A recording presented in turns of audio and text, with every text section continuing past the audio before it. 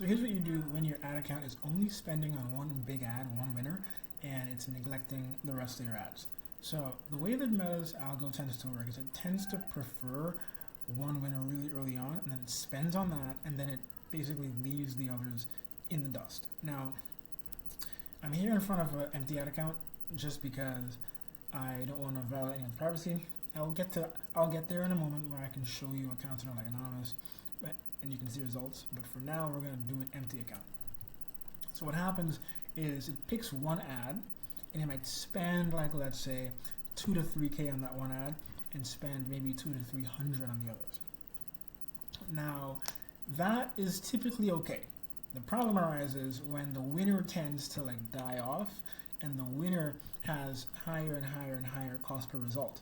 And what ends up happening is that it really holds on to those winning ads that get old and get fatigued and get kind of weaker as time goes on. So there are a few things you can do. The first thing you can do in this instance is begin to use separate CBO campaigns and contain within them groups of like one big ad group, right? If you've tested and you found winners, you can put the winners in that one CBO and have them spend among all the winners. Now, let me start off by going through just talking to you about the most about essentially the most siloed methods, because those will help you the most when it comes to getting spend to your less popular or like less winner ads, right? So the first thing you can do is launch an ABO campaign. You essentially launch a campaign. The way you do that is just hop in campaigns here. Maybe you go to sales if you want, which is my typical choice. You do a manual campaign, of course. And as you're doing that, you essentially go down here and you leave this advantage campaign budget switched off. This is what we still call CBO, because it used to be called campaign budget optimization in the past. It's no longer called that, but it's more descriptive than advantage campaign budget. And generally, you just turn campaign budget off so that instead of the budget being housed at the campaign level, it's determined at the ad set level. So now you can have 3 different ad sets, whether you're going for different ad types or different audiences.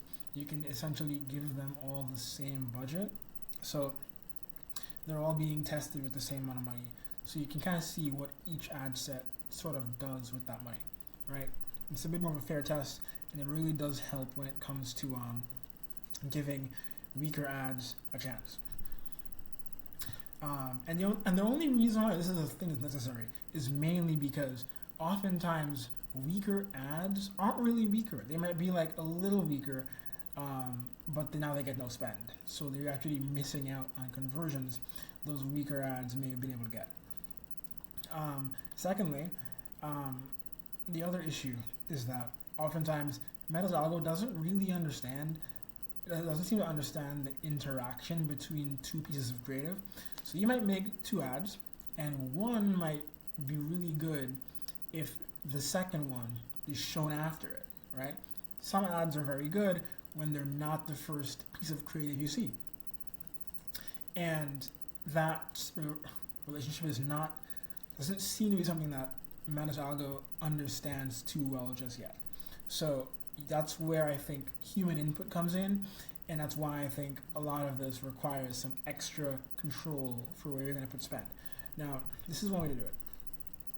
The other way to do it is you can essentially make separate CBO campaigns, and that will essentially give you a big chance to have either spending limits or many different types of ad sets containing similar ads in there. So let's say you do UGC, you have 3 pieces, and you want those to get a certain chunk of spend compared to other ads. Like let's say your founder story. That's a good move because although you might want the best ad to win, you still want to have a good mix of different kinds of media in your account, because that helps different people get convinced in different ways. So in that case, again, Meta's algo is not the best at determining what your media mix should be. It's good at determining what ads work best with the audience in general. But when it comes to like controlling a bit more about how people think and how they respond to the ads you put out, you're gonna have to do that.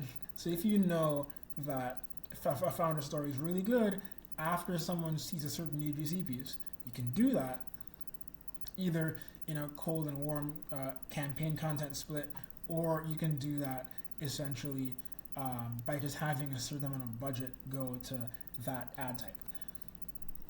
And you do that by either making CBO campaigns, or you can still do it in an ABO campaign here where you have groups of ads running together just with different budgets on them.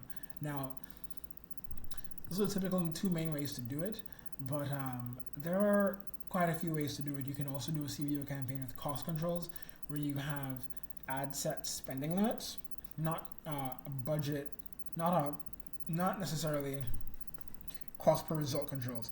I just mean spending limits per ad set. So you can have like your UGC spend, a quarter of your budget, etc.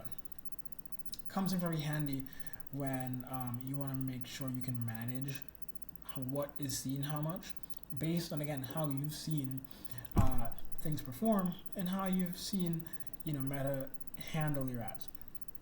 You shouldn't just jump into that off the bat. You should wait and see, these ads are converting really well, but they're being spent on very little. And only then do you want to go and edit and create a spending limit. And the way you do that is you turn on Advantage Campaign Budget, and when it's on, you essentially have the option within the ad set of going to a spending limit in the budget section right here.